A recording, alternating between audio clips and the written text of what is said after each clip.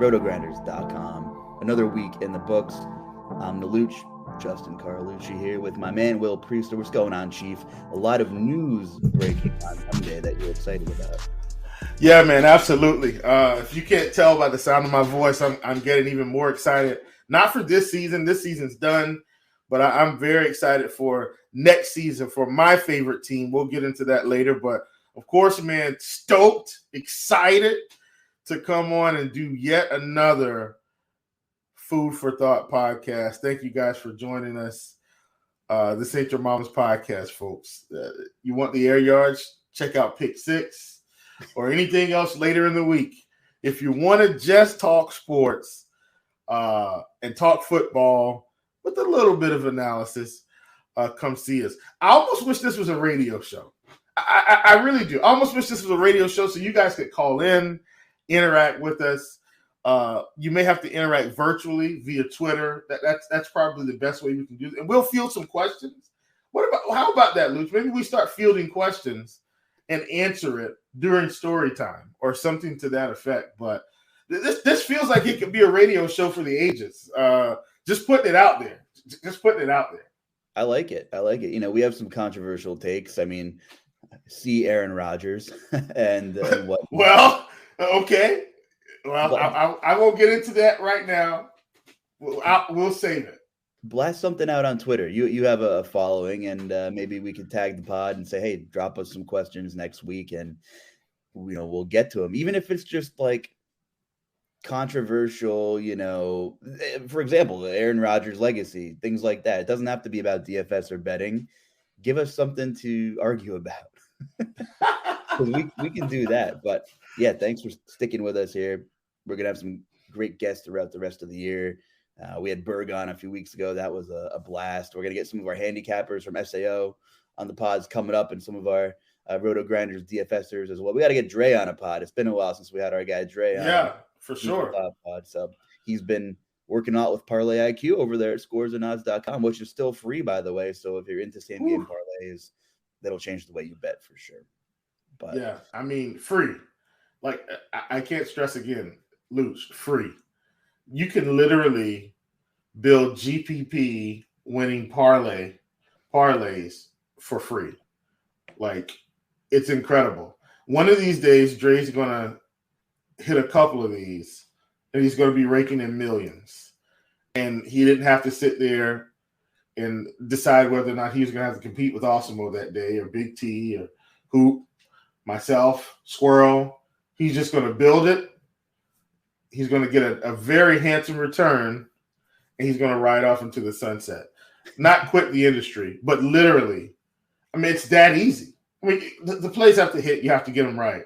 But I think we were talking about this earlier today, Luuch, just on the phone about, at least for me, how much the prop game for NFL, NBA, NHL, and I know this is an NFL pod, but how much it has impacted my stress level personally and my ability to not have to sweat, a weird player that nobody's on that is meaningless and goes off for 2 touchdowns. Case in point, yes, the Buffalo Bills should have been favored yesterday in that game. And if I was building GPPs, I would have had plenty of Gabe Davis. But, Gabe Davis goes off for 2 big touchdowns, and your day's pretty much over if you don't have him in your script.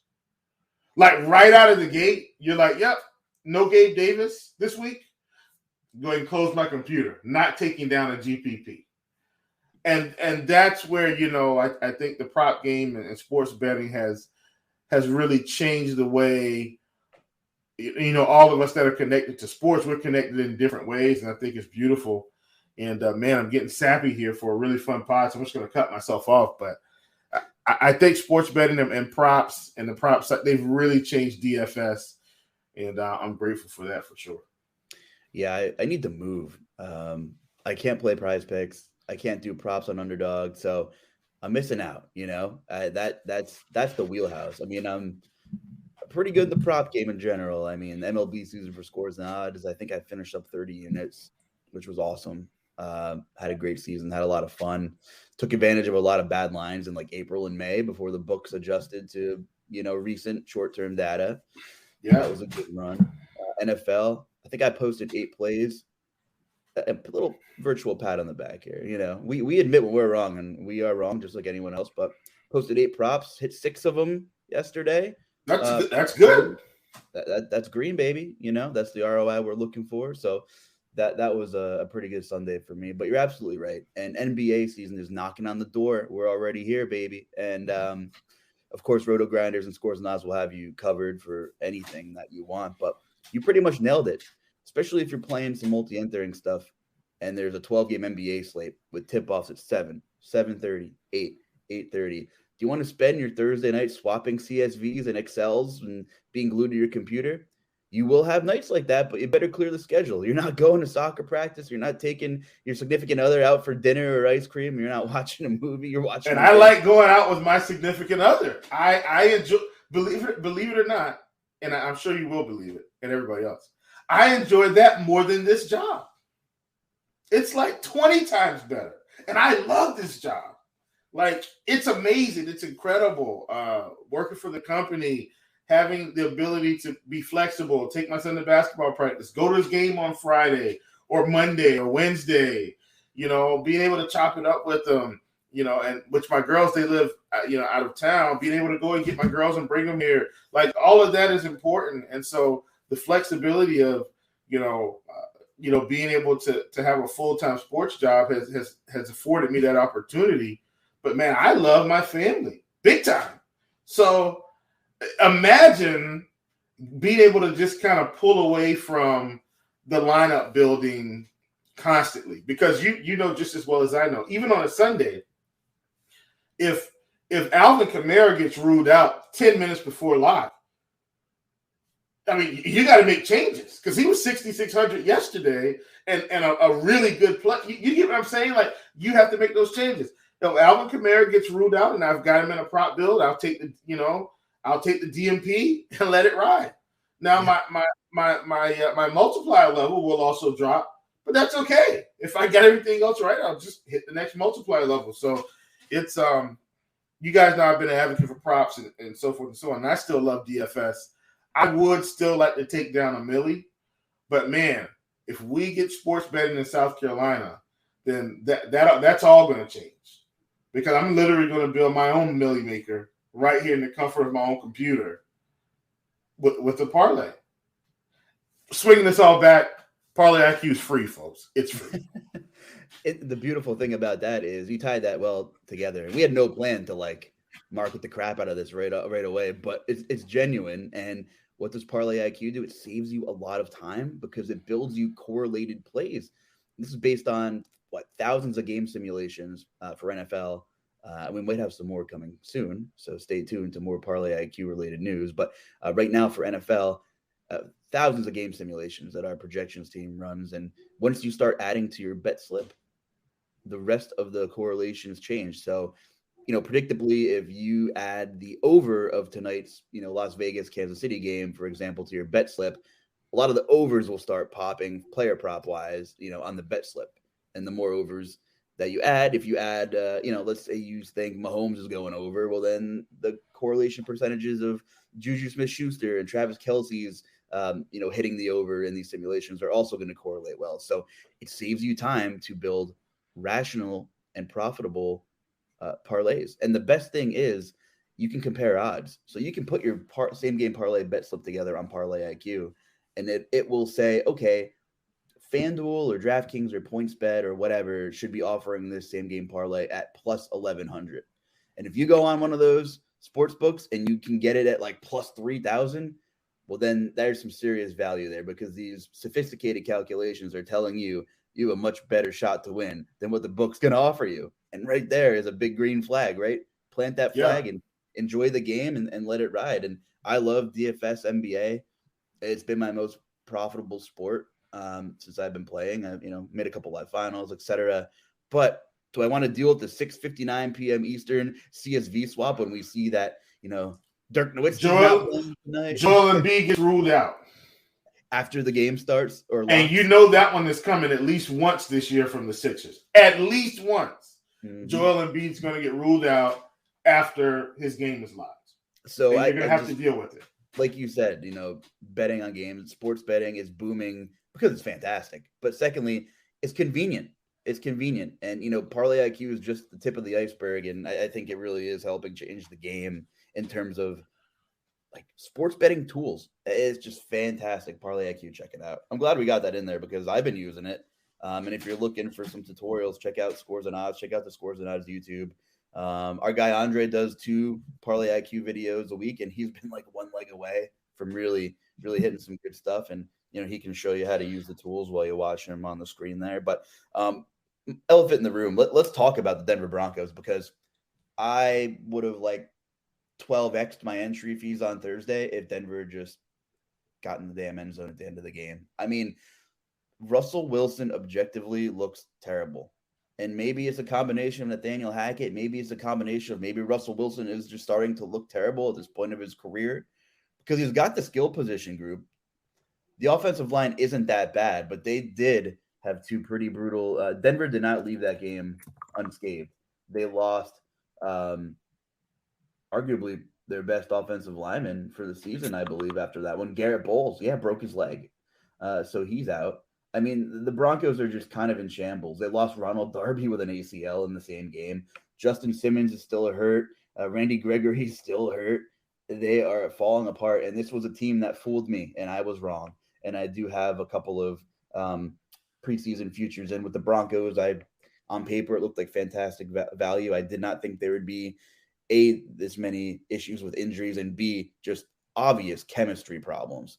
On offense, specifically, Russell Wilson and these guys cannot get on the same page. And just from a discipline standpoint, that says it all about doesn't Nathaniel Hackett have these guys locked in? And the answer is no, because the Broncos are, off the top of my head, one of, if not the most penalized football teams in the league at this point of the season. So it's that game should not have been a loss. That was defining, I think, organizational culture shift for the Broncos this season.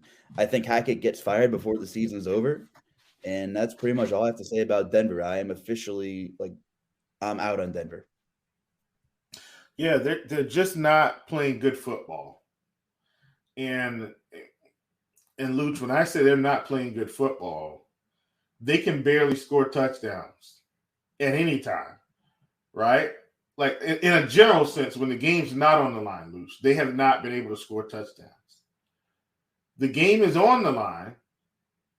I mean, literally on the line. And Russ throws an interception to open the door for the Indianapolis Colts. I mean, I want us to think about this. And to make matters worse, if you watch the broadcast of that game, which was on Amazon Prime, Richard Sherman is a part of the broadcast team. And once again, he gets to experience Russell Wilson not hand the ball off in a critical moment. And guess what the outcome was, Luuch? It was literally the exact same. An interception that pretty much sealed the game for the other team. Now, Indianapolis still had to score, don't get me wrong. But that opened the door for them to have a chance to win. The Denver Broncos are in shambles. Russ looks awful. The defense has actually still been playing really great. The offense just can't help them. Like that's the crazy part. If you took Denver's defense and let's say you put that defense on the Raiders, do we think the Raiders are better than the Broncos now? As an example. I don't know. No, probably not. No. The Raiders look better than the Broncos on offense right now. Talent-wise, you're right. Defense is playing a lot better than the Broncos offense. Right. But what I'm saying is the Raiders offense looks a lot better than the Denver offense right now, which is saying a lot. That's why I'm trying to compare apples and apples and say, if the Raiders have the Denver Broncos offense in that division, the Raiders have probably won 3 games. Seriously. The Broncos can't move the ball at all. I lied. Excuse me, folks. I don't want to lie to our listeners. They can move the ball. They can't score touchdowns, or they haven't been able to score touchdowns. And I know touchdowns, there's some variance involved, but they're struggling, man. They're really struggling. And so I think Denver has to be the best, worst team there is in the league right now. Like, they've got to be. There's no way, and I think I said this maybe last week. If it wasn't last week, then either way. The Seattle Seahawks are looking like geniuses currently. They traded away the franchise quarterback. They don't have to pay Geno Smith nearly as much as they were paying Russ. And they look way better. Now, they're not winning a whole lot of games either, but the team looks better. Like, they've been saying, let Russ cook. Geno's just putting up 300 yards every week. Not 300, but he's moving the ball down the field. It's incredible. I just, and for all the slack. There's nothing to sneeze at. That Saints defense is good. And he right. They scored 34 points, 31 points, something crazy. And for all the slack I gave Pete Carroll may not have been the problem. Can you imagine if Pete Carroll had competent football playing right now? Like, Geno, we thought Geno was the gap filler. He's looking like a legitimate starter. Like, it's insane. He looks like a legitimate NFL quarterback. Imagine Geno Smith. Okay, imagine if the Seattle Seahawks had a good defense. Like, that's Seattle's problem right now. Their defense is awful. They're not stopping anyone. It's a shootout every week. Do you think things are just clicking for Geno right now? I mean, he had some spot starts last year, and he was okay.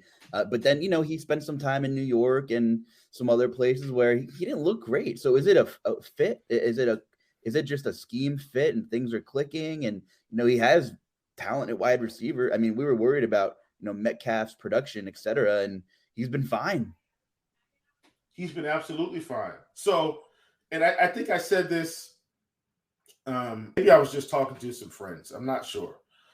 But in my opinion, Geno looks like he's just run back to West Virginia, put on a West Virginia uniform, and he's just airing it out. He's doing whatever he wants to do. Like, and this version of Geno could get a starting job anywhere in the league. No, seriously. I'm saying this version of Geno, Geno could start for the Carolina Panthers today. This version of Geno would help us win football games. Like, I want us to think about that. Could you imagine if the Miami Dolphins had Geno with Tua out, if he's playing like this, with Tyreek and Waddle? Or could you imagine, hear me out here, Luuch, if the Tampa Bay Buccaneers had this version of Geno? And I'm saying this version for a reason because we've seen him play with the Jets. We've seen him play with the Giants. He's looked terrible. But in his defense, since he's been in Seattle, he seemed to have played better, even in spot starts. Like, he had to come in and relieve Russ last year, one game, and he didn't play terrible. And so do you think, and God, this has become a Geno Smith truther podcast. Didn't expect that today. Do you think it's because Geno started out with the ones all season, had a chance to really get going, get reps in through training camp, and all of a sudden he's been given a chance? Do you get what I'm saying? Because when you're the backup, you don't run with the ones in training camp. You don't really get a chance to lead the team. People view you as a backup. They know you're just going to come in if the main guy gets hurt. So do you get what I'm saying? Like, Geno starts out the season as, hey, I'm leading the team. Let's get rolling here. Let's get going. Guys, this is where I want to place the ball. DK, if it's scramble drill, this is what I want. Beautiful touchdown pass from him yesterday during the scramble drill from DK. Definitely something they would have had to work on. Geno breaks. DK says, oh, let me just go up the field now. Hits him for a touchdown. So what are your thoughts there, Luuch? Because I think him having an actual opportunity to lead the charge through training camp, through preseason, I think this may have helped him, and then it may just be a good fit for him and the offensive coordinator. It could be a plethora of things, but I think that's contributed to it. And then I'll get off my Geno take. I got something else more important I want to discuss. But, man, this has become a Geno Smith podcast, folks. Hit the like button on Twitter just for the Geno Smith segment, that Geno Smith clinic of praise that we've put on here for the last 5 minutes. I'm done. Luuch, let me shut up. Let you do your thing. Do you trade Geno Smith to a team that may need him? Like, what is the status of Tua? Teddy Bridgewater got a concussion Sunday. Those could linger. If you're the Miami Dolphins and you're pretty much invested in a lot. You invested in Tyreek Hill. You brought in a lot of personnel. You're 3-2 somehow. You look bad. You look bad without a quarterback, rightfully so. You had some guy taking snaps I've never heard of on Sunday. Oh, Skylar Thompson? If you're yes, Skylar Thompson he was good at the college level. Wasn't going to win a Heisman, but he was a good college quarterback. I'm stressing good. He wasn't elite. He was good. Was he TCU? No, Kansas State, right? Wait, okay. Was he Kansas State? Correct. I think he was Kansas. Okay. All right. I put a little thought into it. I was just making a dramatic effect there that, he's most likely not an NFL starter. Anyway, Geno Smith is on an expiring contract. If you're Seattle, sure, maybe Geno Smith's the future. I don't know. I would call it potentially unlikely. But the more important thing is that Seattle team is far away because of the defense, right? Most likely. Yeah. Well, let me say this. Can I interject for 30 seconds? Yes. I'll give you 45. Thanks. Here's what I will say about Geno. Geno does not have a lot of tread worn on the tires. He didn't start a lot of seasons, so it's not like he's been beat up and banged up. He's still got plenty of shelf life if the Seattle Seahawks want to say, hey, this is our guy, and they're not going to have to pay him Dak Prescott, Aaron Rodgers, Matt Stafford kind of money. He hasn't earned that. Not yet. But do you get what I'm saying? They don't have to pay him $30 million. Geno may be fine with 18. He's fourth in the NFL in QBR, by the way. Fourth. Insane. So I don't know. Insane. I don't know the health status of Tua. We don't know when he's going to play again, correct? And Teddy Bridgewater, he'll probably miss a game at least. They would have to be very careful with allowing anybody to come back quickly from a concussion right now, I would think, as the Miami Dolphins. What's happening, Chief? Listen. I have to know what's happening. Listen. So many good things are happening for the Panthers organization today. And guys, you have to hear my heart on this, okay? I'm praying for Baker and his family. I do not want Baker to have any type of season-ending injuries, okay? It's about how things are coming together. If you don't know, Matt Rule was fired on Monday, folks. Fired on Monday.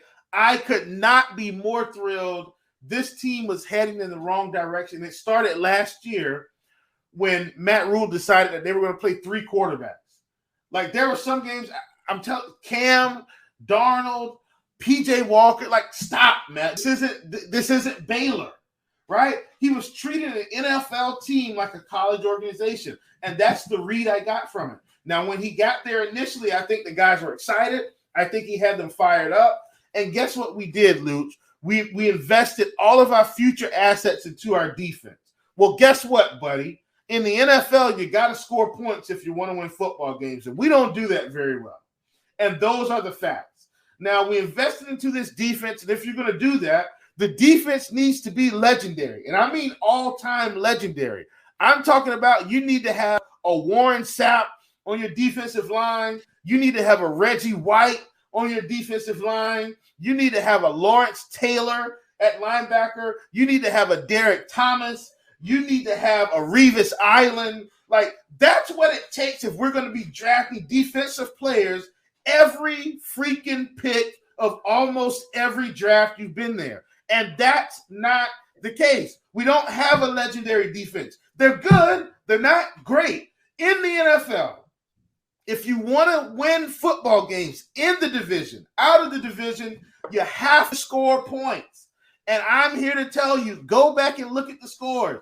The Carolina Panthers have trouble scoring on anybody. It's been awful. Then you go and get Baker Mayfield, and Baker has only thrown for 200 yards, over 200 yards in one game, and that's the one game, of course, I bet against my own quarterback and took the under. And he throws for 215 yesterday against San Francisco, of all teams, and part of that is because they're winning 40-6 or whatever it was. So my point is, Matt Rule is out. Baker Mayfield is not even playing this week coming up. I'm very excited for the Carolina Panthers to lose again this week, but I don't care. We're moving in a different direction. I don't know who we can get for the Panthers job. I don't know who's out. Well, I do know who's out there. I've got some names swirling in my head, some guys that I think could be next in line. We shall see. But bottom line, this team is going to look different. I can assure you, Justin, that we will be drafting for offense in this draft. This I can assure you. There's no way we have a season that started like this one and we don't say, okay, what do we need to do? And guess what? Folks may be thinking, well, you've got Christian McCaffrey. That's great. I love Christian McCaffrey. When healthy, Christian McCaffrey's a beast. When healthy, I don't know if he's going to make it to the end of this season. We've got DJ Moore. We've got Robbie Anderson. We've got to get a true number one receiver. Hear me out here. Love DJ Moore. He's not a number one. Love Robbie Anderson. He's just there to stretch the field. We've got to go and get a bona fide number one receiver, and we've got to go get us a quarterback. These are the things we have to do, Luuch, if we want to compete. Look at the big teams. Now, watch this. Kansas City is probably one of the best teams in the AFC that we've seen in a long stretch, and they're going to continue to win football games. They do have a number one receiver. His name is Travis Kelce. He's the tight end, but trust me, he's their number one receiver. He's their number one option, right? Okay? Go over to Tampa Bay. They might have two number ones. They have Mike Evans and they have Chris Godwin, and you just got to decide who are we going to let beat us today. Heck, even go over to the Atlanta Falcons. Perhaps Drake London is the emerging number one. Perhaps.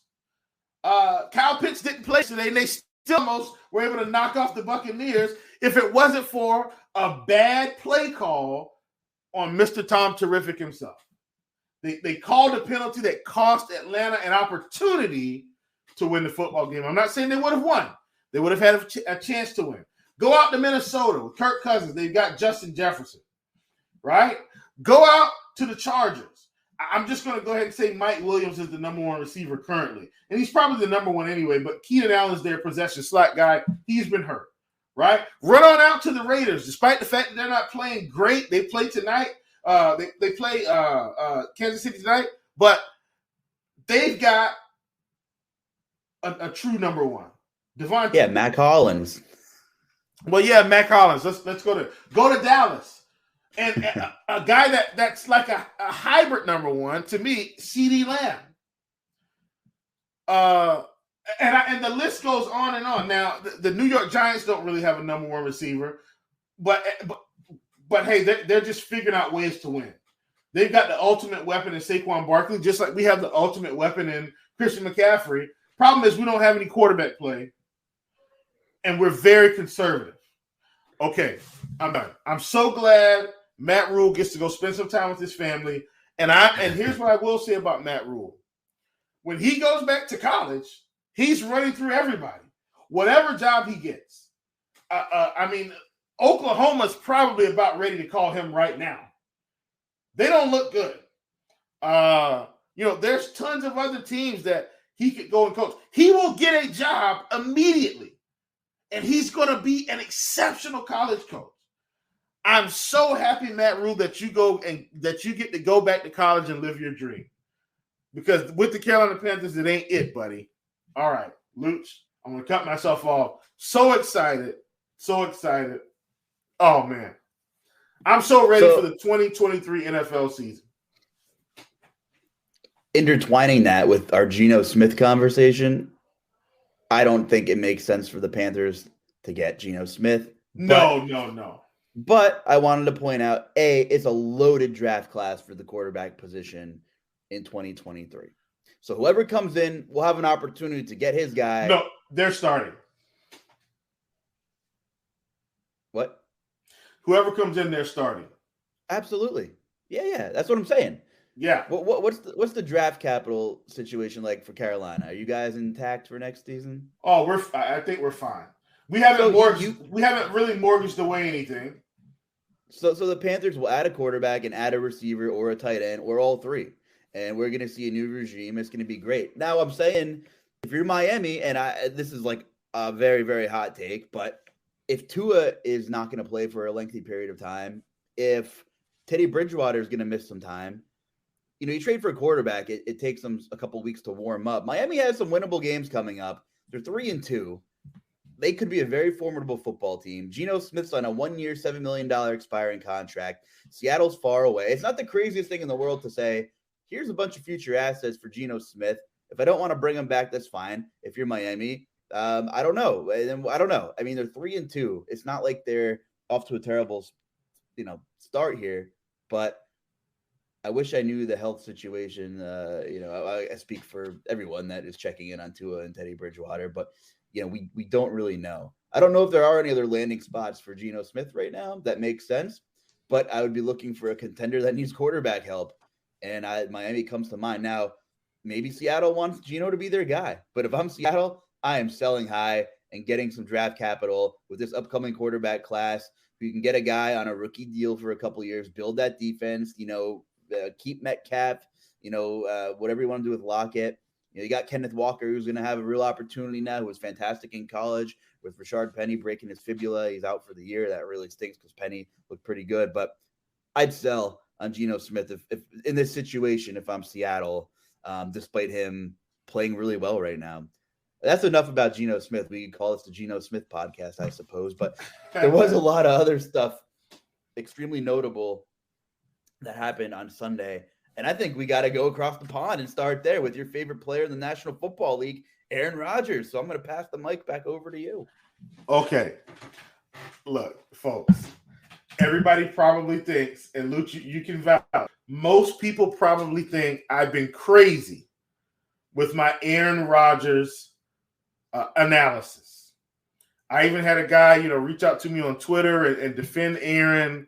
And look, I said, hey, man, he's got to win. He said football is a team sport. I don't want to hear that. Because guess what you're doing? You're defending Aaron Rodgers. You're giving him a huge pass. Yes, football is a team sport.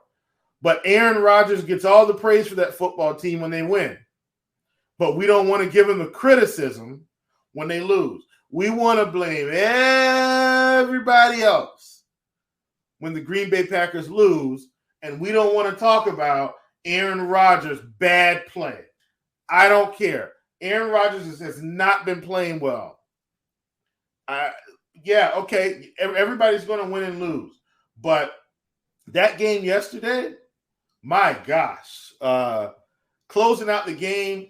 And look, Aaron Rodgers has capitalized off the magicianship of him closing out games, Hail Marys, big throws, right? He doesn't even get that off yesterday, Luuch. He doesn't even get the Hail Mary off. Like, they just take him out. Now, guess what? I will say this. That's not all on Aaron. His offensive line has got to try to help him out some. But he's got to get better, man. And he makes too much money to be holding this team back. Yeah, I know he doesn't have the receivers. I get it. There's plenty of teams that have the receivers. And yeah, I know he's got to get it worked out. But when Mr. Randall Cobb has 10-plus targets in 2022, you know we got a problem. Randall Cobb, folks, had more than 10 targets in an NFL football game in 2022. I already know the Packers defense. Well, he doesn't have any receivers. He doesn't, bah humbug, phooey. He's got plenty of receivers. Randall Cobb is not Devontae Adams, but he sure was yesterday. And guess what happened in that game? They lost. It's terrible. And we have to stop comparing Aaron Rodgers to putting him in the elite column of quarterback. Aaron Rodgers is not elite. He's not. He's not elite. Like, we have to stop. He's not elite. Do you get what I'm saying? Like, okay, so he beat the Dallas Cowboys in a game that they should not have won. And I know I'm going back in time here, but we all know Dez caught that football, and I was like, you know what I'm saying? Like, the Cowboys should have won that game, like, clearly. And I know that's going like way back, but Aaron gets too much praise when they win, and not enough criticism when they lose. I'm in the criticism category because if you're going to get paid the type of money you're getting paid, and guess what? Russell Wilson is in the same boat. Like, I'm not going to change my stance. Russ, you can't throw an interception at the end of the game when you're trying to win.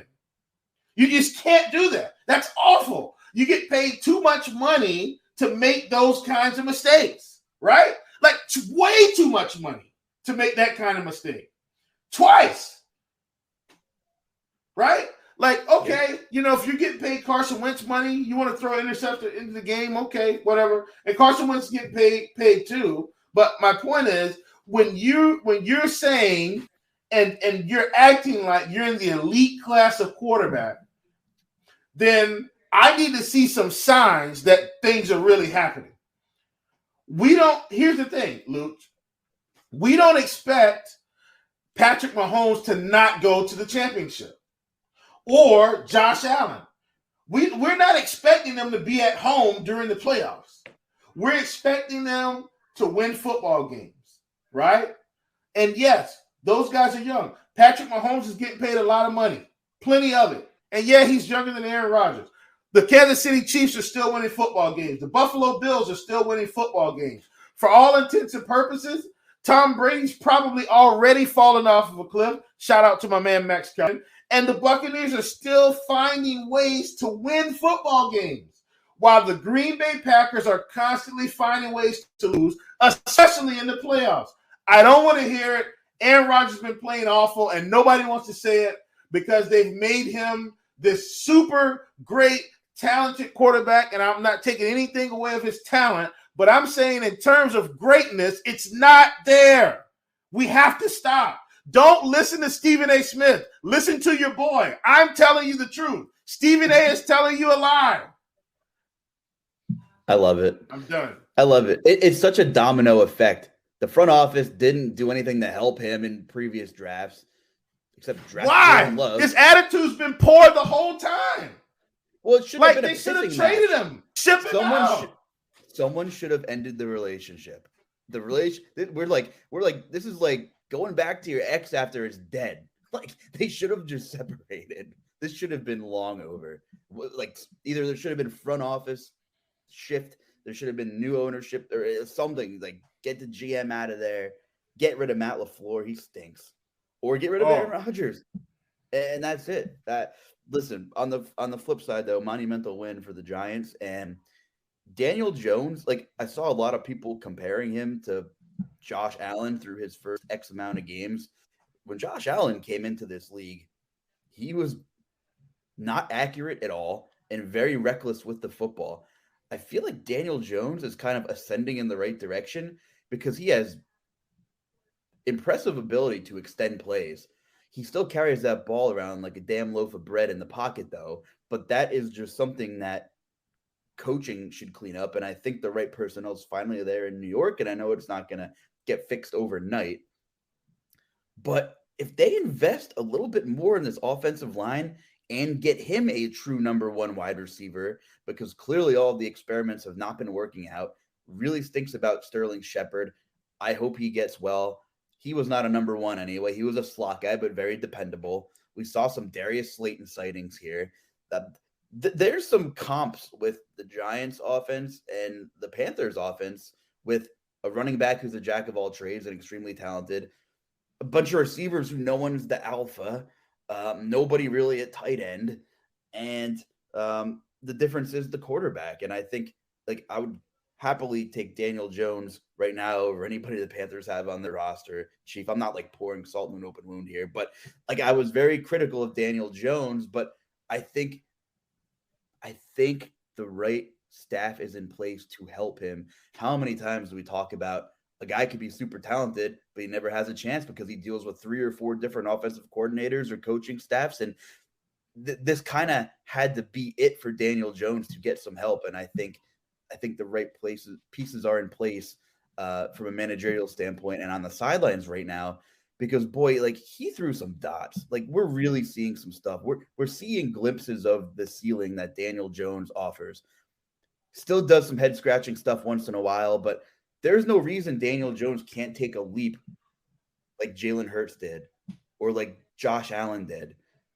We get him an alpha receiver. I'm saying we, I'm part of the equation. I'm not even a Giants fan. I'm saying I'm speaking in third person, I guess. If you get this guy a number one, a little bit more help up front with a full season under his belt with the new coaching staff and then an off season, man, I really like what I saw yesterday at most times with Daniel Jones. Chief, what's your take on him?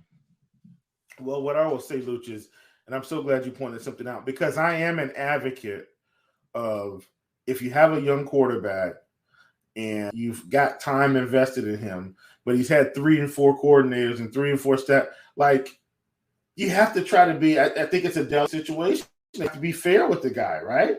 When if you're changing the playbook every year, you're changing the vibe of the play caller, you're changing the interaction, you're changing the quarterback coach, you're changing the coordinator, you're changing the running backs coach, you're changing the head coach. A guy can't grow like that. NFL players, when they're young, notice I'm saying when they're young, they still need stability, especially at the quarterback position, right?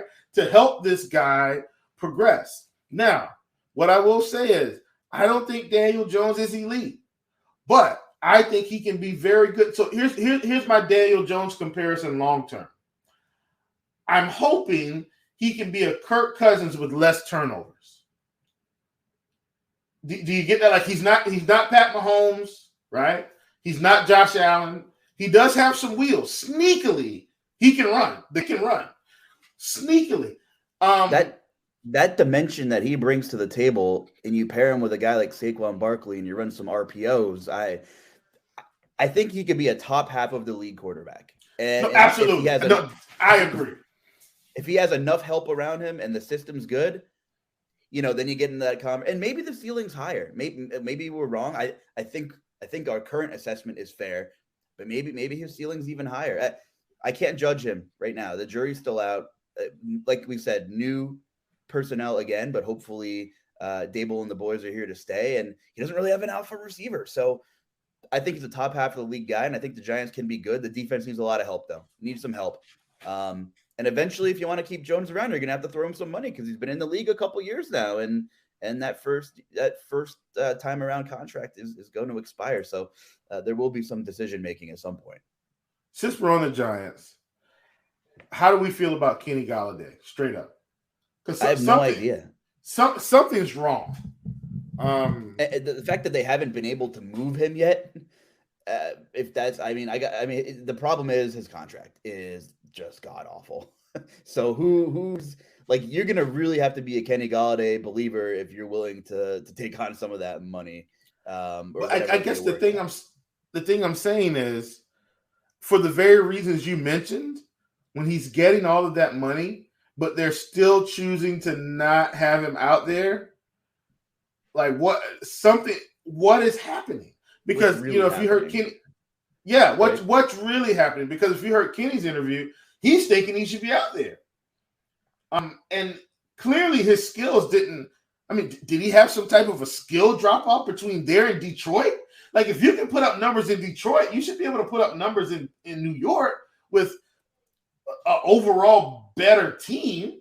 Something's not adding up with Kenny Golladay, and I'm just not sure. I have no clue, but it's very strange that he just seems to not be involved at all in the offense. Like Richie James gets more looks than Kenny Golladay. That's insane. That's insane. Yeah, right. I mean, we're going to get a real glimpse of what the Giants are made of when Baltimore comes to MetLife next Sunday. But in terms of like season long, and you're looking they're playing the Eagles. Oh no, the Eagles are playing the Cowboys. Sorry, my bad. We'll get to that for sure. Please, I get 4-1. Please forgive me. No, it's all good. Baltimore's coming to MetLife next week, but in terms of like season long, and you're looking for bye week fillers because the bye weeks are starting this coming week. Darius Slayton's the guy to probably add right now. He saw significant time on the field the last 2 weeks. Let me see here: 60% of the snaps in week 4, 54% in London. Kadarius Toney was out, obviously. Golladay didn't play either. And Sterling Shepard, of course, is going to miss the season. So Slayton, actually, if you want to hear something crazy, the last 2 weeks, on average, Slayton leads the NFL in air yard market share. So I would there go your air yards, folks. Go ahead and check that box. Check your air yards box. We hit the analytical side of things on this podcast real briefly. I'm going to look for Darius Slayton if I need him in any of my deep leagues. I'm in a couple like 14, 16 team leagues. So anyway, big win for the Giants. So many storylines we can get into. We have a couple more we could hit. What caught your attention on Sunday that we didn't talk about? So, and I think this one it's about Dallas, but it's not about Dallas. Okay, so hopefully this makes sense. I'm going to briefly mention this because this is a team we talked about, and perhaps they may have been turning somewhat of a corner. They have had some injuries. I get that, but the Lions just took a smacking on Sunday, 29-0. And right when you thought Dan Campbell was getting this team to believe, they're going back to being the same old Lions, Luuch. And I'm very disappointed, actually. Now, once again, I know they've had some injuries, but wow, 29-0. And we thought this team was turning a corner, and once again, the Lions just, bottom of the back. My heart goes out to the Detroit Lion fan base. I can relate. I'm a Panthers fan, so I can relate. Now, we haven't been as bad as long as the Lions have been bad. Like, they've been bad, God, feels like forever now. But, it looks – so I think that's just – that's terrible. Anything you want to say on Detroit?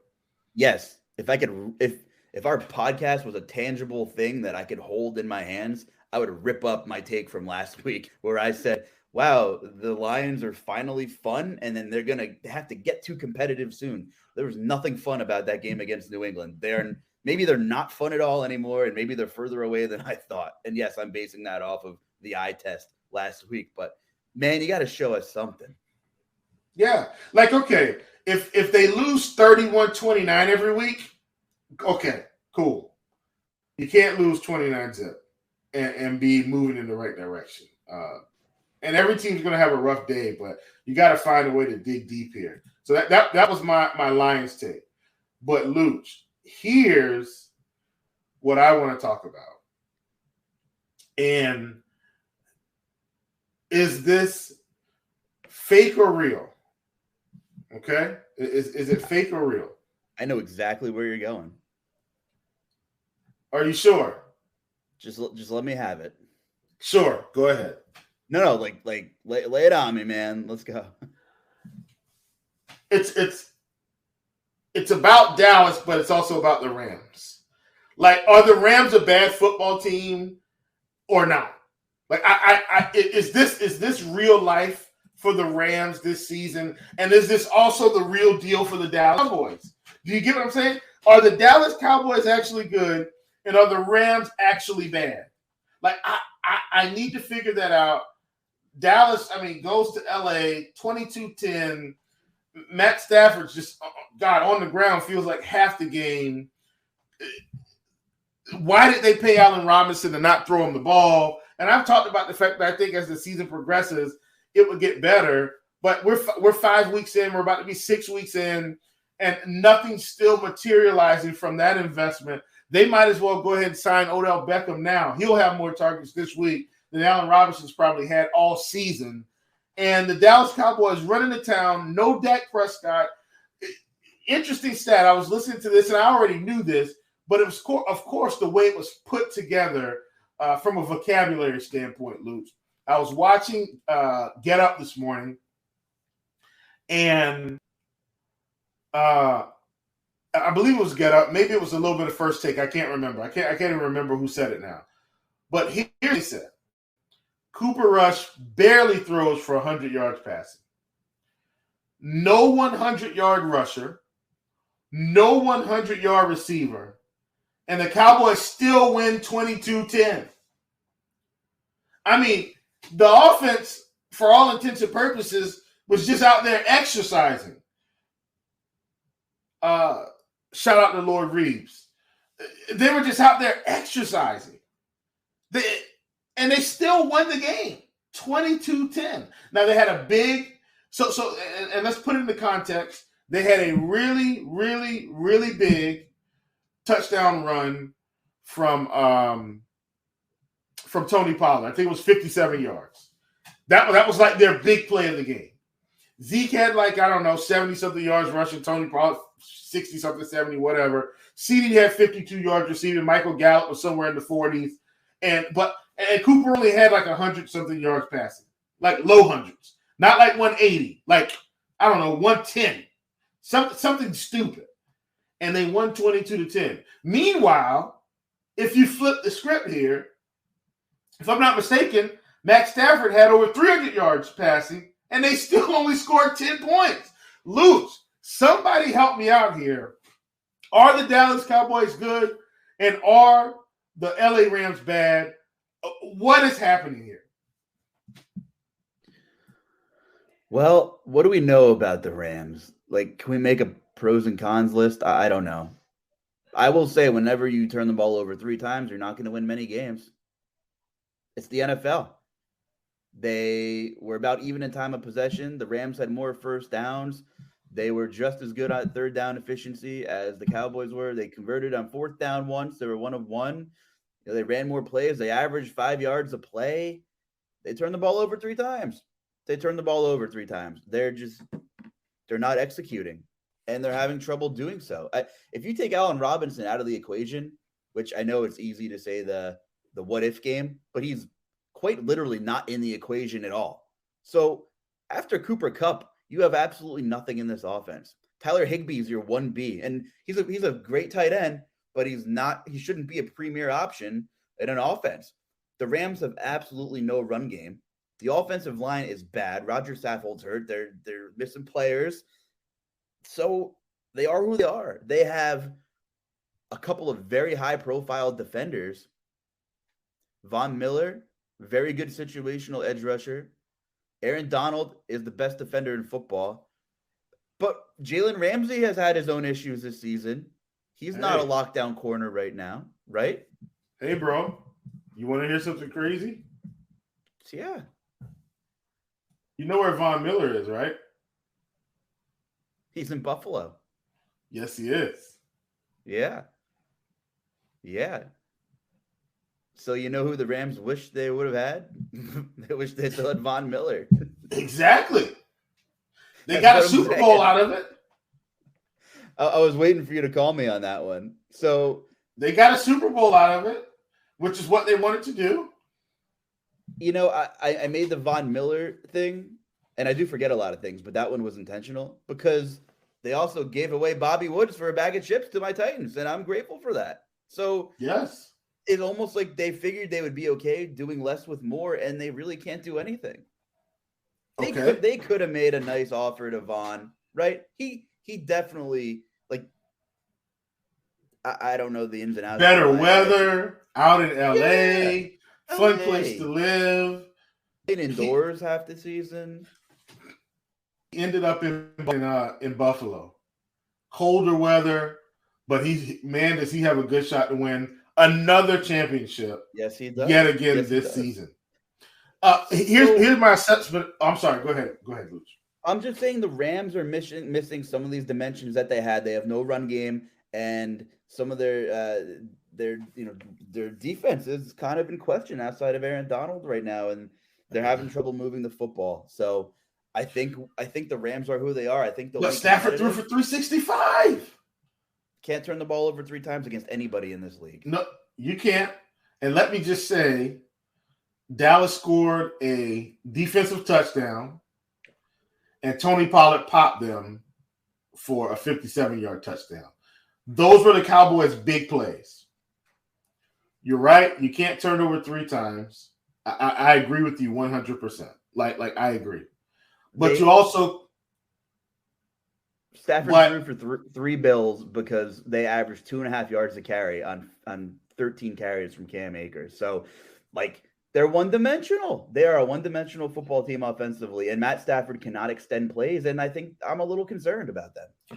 Okay, so let me say this.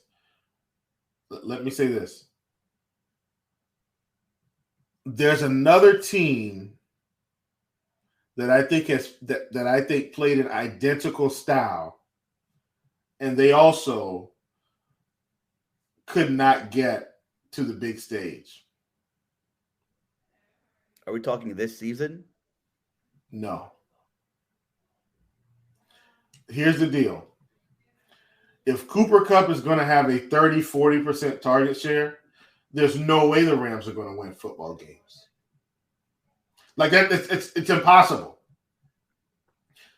Cooper Kupp is he's probably top 5 for sure in the NFL at the wide receiver position. I would say top 2. Seriously. I would say top 2. But when you're going to get that much action in the offense, something's got to give.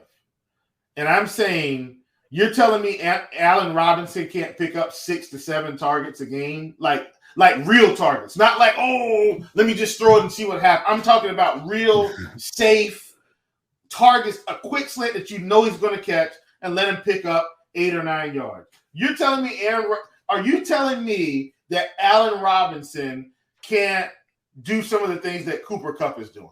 And I'm genuinely saying, I don't know. But I'm being genuine. I don't think it's rhetorical, because if we're going to ask Kenny Galladay questions, we need to ask, maybe Allen Robinson is an Allen Robinson problem. I'm willing to maybe give some wiggle room with whatever happened in Chicago between both quarterbacks not being able to get him the football. You go to the Rams.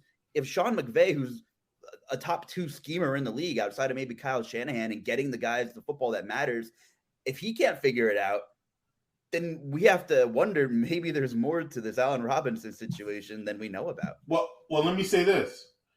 Allen Robinson still put up numbers in Chicago. They weren't. No, even so here's what I'm saying. I'm saying last season, he got targets. You could count on him for 40 to 50 yards a game, Luuch. Like, he wasn't going to pop you for 150, but you could count on him for, actual NFL production. What I'm saying is, with the Rams, there's literally no real production. So is it a scheme problem? Is it a target problem? Is it a trust problem? I don't know. But they paid him to come in and be a number 2 receiver. And he's nothing near that. I mean, nothing near that, Luuch. It's insane. He's nothing near 1 receiver targets. What's your panic meter from 1 to 10 on the Rams at this moment? 10. I'm at a 10 on the Rams. Okay, Cooper Kupp on the season prior to yesterday had a 36% target share. Do you know who the next closest person is? On the Rams? Yes. It's Higbee. At 25. Do you know who the next closest person is? Probably the Notre Dame kid at 12%, 15%. Are you saying Vince Skoranek? Yes. So he's 4th. He's at 10. Allen Robinson is at 12. That was pretty close, right? Top of the head. That was pretty good. But here's the difference. Allen Robinson is playing 94% of the snaps. 94. Getting his cardio in. Just Cooper Kupp ran 52 routes. Allen Robinson ran 46. Has run 4. That was 46 the week prior. Ben Skoranek ran 40. Higbee had 14 targets. Allen Robinson had 6. So Cooper Kupp had 19. Ben Skoranek had 3. The difference 19. is, Ben Skoranek, out of those 3 targets, gave us production. Allen Robinson basically did nothing. Like, what? Do you get what I'm saying?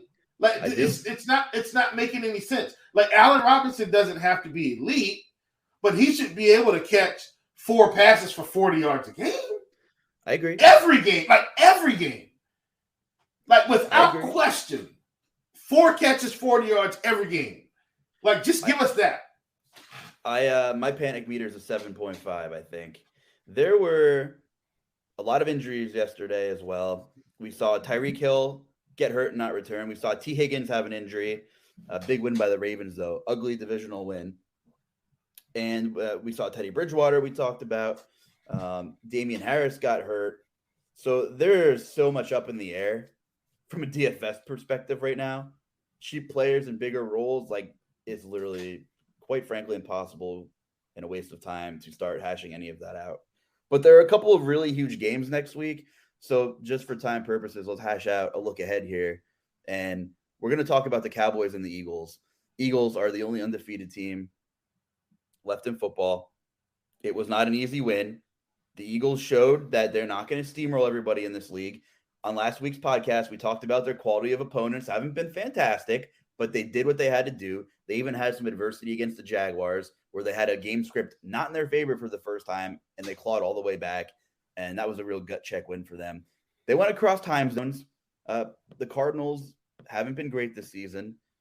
It wasn't the Eagles' best game. They did have some issues moving the ball from time to time, but they got a win against a team with a dynamic quarterback and a formidable defense across a couple time zones, and that's all that mattered. So the Eagles 3-point win over the Cardinals.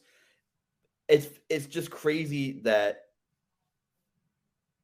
as off the rails as the Eagles hype train is. I don't know if it's just because I live in Pennsylvania mostly, and ESPN loves talking about the Eagles for some reason as well. But here we are, and the Dallas Cowboys and the New York Giants both only have 1 loss as well. So things in the NFC East are about as competitive as we thought the AFC West was going to be when the season started. So here we are. What's your takeaway from the Eagles getting a win at the Cardinals? Are you impressed because, tough road environment, or like, did you want to see more from them? On the road, good. So here's the thing: good teams win football games, bad teams lose football games. Facts. Yep. And I know I said that's as simple as I can put it, right? And what I'm really saying is, good teams, even when they don't play well, find ways to win, right? And it's kind of like the better's mentality. And I tell this to people in the talk all the time about the mental side of DFS and props and sports betting and all of that. Many what people do don't go their way. They hang on to losses instead of reaching out for wins. Right? Mentally, right. They get stuck in that one prop that didn't hit, and it tanks their whole day. It tanks their whole 2 or 3 days. You'll see them bring it up a week later. Man, if this prop just would have hit, I would have been up so much money. Bro, it's already done. On to the next one. And good teams, when you watch them play, guess what? They make a mistake, it's on to the next play. How can I affect the next play? How can I help my team win? How can I impact the game? And that's what I think we saw from the Eagles. Now, granted, it took a field goal miss, and they got out of Dodge, but they were still on the road, still playing NFL football. And then guess what? They're going to get up off the mat or walk out, and they're going to have to prove it again next Sunday against a division rivalry. And if they win that game, oh, buddy, look out. Fly, Eagles, fly. Because at worst, they're splitting with Dallas and the Giants if they win. So they, despite the records being really close, they would be in pretty good shape. Philly's 5-point favorite at home, and that sounds about right. I think, all things considered, I expected maybe a touchdown or maybe a little bit more. Yeah. The other, obviously, the game next week is Buffalo at Kansas City. The rematch, if you will. Josh Allen and Mahomes. We have to talk a little bit about that. And just for time purposes, we'll jump to story time and GPP food of the day after that. A lot of teams are on buys. Some of these other teams that are in decent games, we kind of hit on, like Baltimore and the Giants. We spent some time there. Cincy and New Orleans is another big one. We talked about both of those teams. And your Panthers are traveling to LA to take on the Rams. Is this going to be a culture change, money line victory for the Panthers? Like, are the Rams really struggling? And is this going to be one of those everyone's job is on the line and going to be held accountable for? And are the Panthers going to go to LA and get a win? Is that what you're talking about? You said your panic meter is out of control with the Rams. So before we talk about Buffalo and Kansas City, are your Panthers going to go shock the world and prove that the NFL is the NFL next week and beat the Rams? Listen, man, I have no clue. But I'm just excited that Matt Rule does not take that trip. And Baker Mayfield is going to be on the sidelines. I'm so excited. And look, I don't have anything against Baker. I didn't think he was a good fit when he came, but what did I say? I'm going to support him, and I hope he has the best career he's ever had. But that's not materializing. Nope. That's not happening. 11-point dogs right now. Man, I think they cover. My gut says they cover this one in LA. Look, PJ Walker's at least going to run around and throw the ball some. Exactly. Yes, he is. I mean, look, he's got a chance to go through the week with the ones all week. I mean, could PJ Walker be our version of Geno Smith for a few weeks? If so, we'll be fresh. Yep. If nothing else. Let's jump to that Buffalo Kansas City game here. Yeah. And Kansas City's playing on Monday Night Football following our recording here on Monday afternoon. So we didn't see that game, and we don't know what's going to happen in that game or if anything's up with the Chiefs. But, wow, Buffalo at Arrowhead. This could be the most anticipated game of the season so far. How do you get a lean in this one here between these two teams? I want to see what happens in the first, let's call it first 8 minutes of the game. Here's why I'm saying that, Luuch. The Buffalo Bills seem committed to not running the football hardly at all. Like they're just going to air it out. And historically, getting into a shootout with the Chiefs is typically a problem for the other team, right? Historically. The difference this year, Luuch, I think the Buffalo Bills are a better team than the Chiefs. I don't think the Chiefs want to get into a shootout with the Bills. Do you get? I think there's been a slight reversal here where the Bills have all these home run hitters. Like, even though Diggs, he's going to hit a lot of intermediate throws and get some stuff around the line of scrimmage. Like, he's still a home run hitter. Gabe Davis, as we saw yesterday, is a home run hitter. Isaiah McKenzie, if he gets behind the defense, he's a home run hitter. Josh Allen himself is a home run hitter. Like, they've got all of these ways to do it. And so I think the Chiefs may have to keep up with the Bills in this game, which is a little bit different than, I think, what we've seen in the past. And so I want to see kind of the first 8 minutes here how do these teams approach their game plans early? I think whoever gets out, if anybody gets out to a 10-point lead, I think that team wins. That's my read on the game. I like it. I think we saw Mahomes mature as a NFL quarterback even more. Because if you can nitpick and pick on him like 2 years ago, what was his problem? He wanted to force the ball downfield and even he could bomb it, rightfully so, every damn play.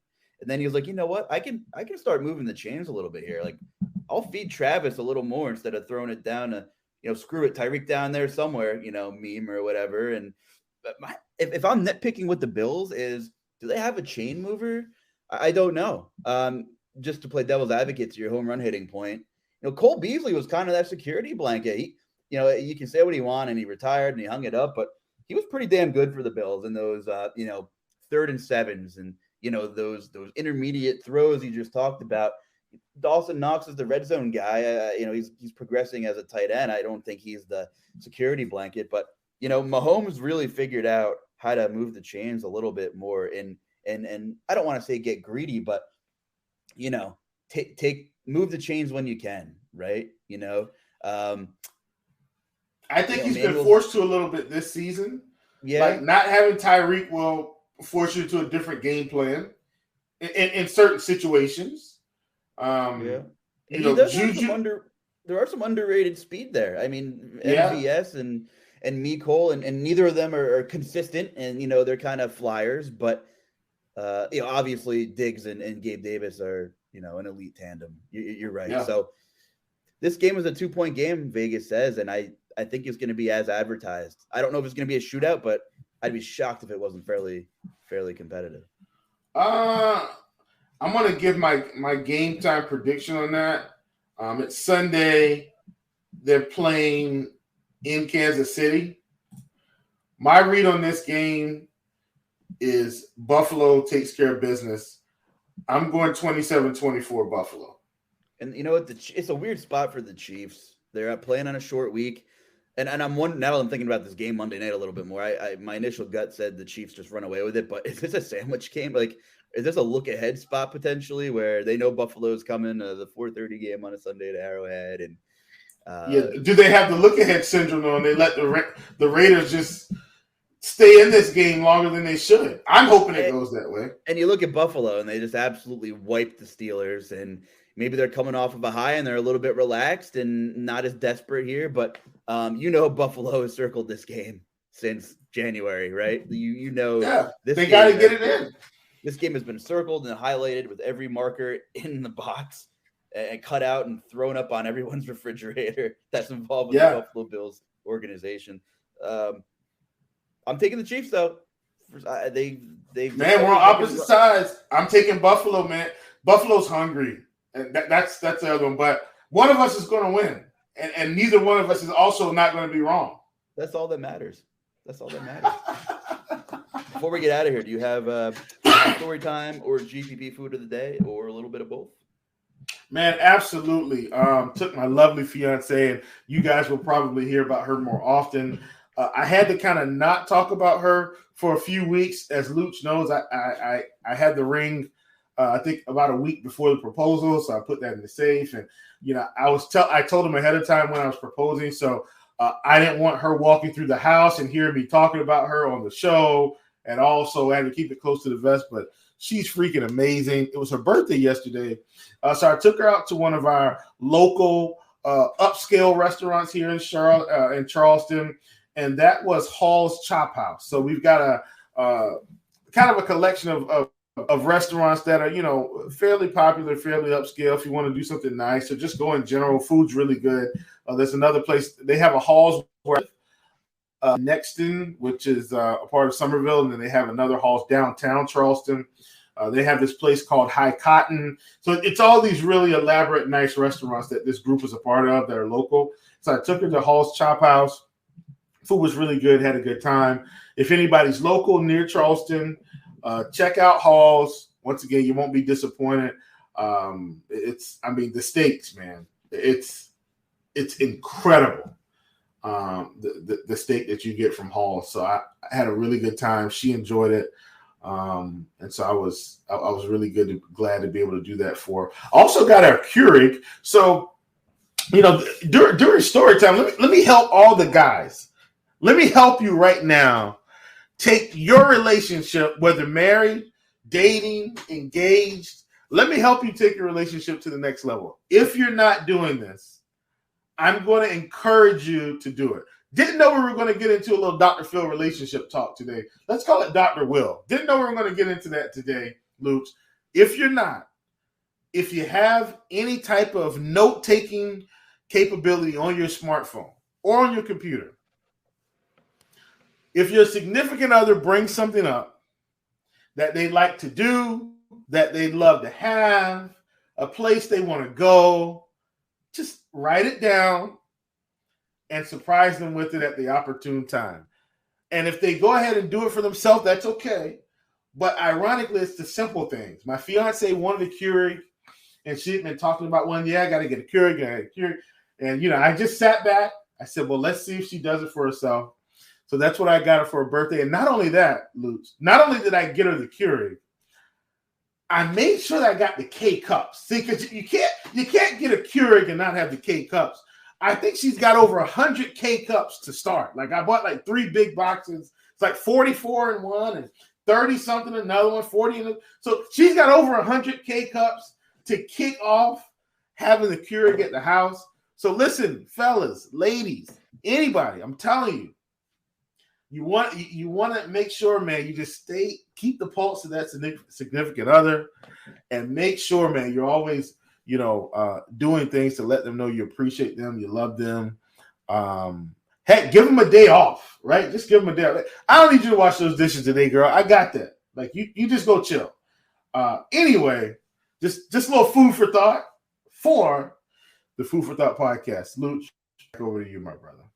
Yeah, you got to get her the K cups. It would have been like getting her a bike without the wheels. It's like exactly. Here's the bike, but you can't ride it.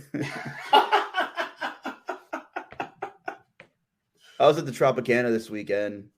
Woo! Thank you for that not sounds asking good. me.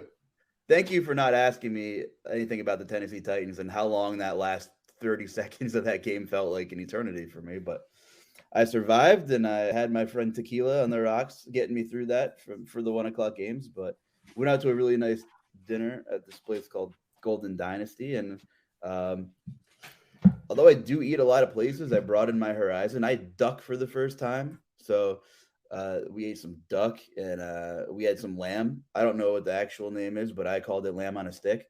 It was also really good and glazed in some really good seasoning. So that was a 5-star. That was a 5 out of 5. Would recommend. Would eat there again. Golden Dynasty at the Tropicana in New Jersey, in Atlantic City. We're heading back to Pennsylvania though today. We're going back. We had fun for the weekend. But if you're in the area, that was some pretty good food. And they had one of those things in the middle of the table that you spin. So if you want to pass something around to somebody else, you can do that pretty easily instead of just like, isn't it the worst when you're at a big table and it's like, oh, can you pass me the mashed potatoes? And then you got to play like whisper down the alley to like get the bowl, and like maybe it's hot and you burn yourself or something. But when you have the circle thing that spins, which name is deceiving me right now, it's like, just pass it around, man. It's like the puff puff pass of eating dinner. Just pass it around. Lazy Susan. I had my producer whisper in my ear that that's what it's called. Oh boy. Tropicana. Guess we got to get out of here. I think they're calling time. I guess so. Cool. I guess so. Hey, where can the people find you on Twitter? Man, at Chief Justice 06. And have some fun, folks. Laugh a little bit. Hopefully you enjoy this pod. And we thoroughly enjoy hanging out with you folks over the airways, man. It's incredible to be able to do this every week, and thank you all for listening. Yeah, we appreciate you guys. You can look me up at J Carlucci on Twitter. Drop us some DMs, like we said at the top of the show. Send us some questions or some controversial topics, or where you're eating this weekend. We'd love to talk about it. So for my guy Will Priester, I'm Justin Carlucci. Good luck and have a good week, everybody.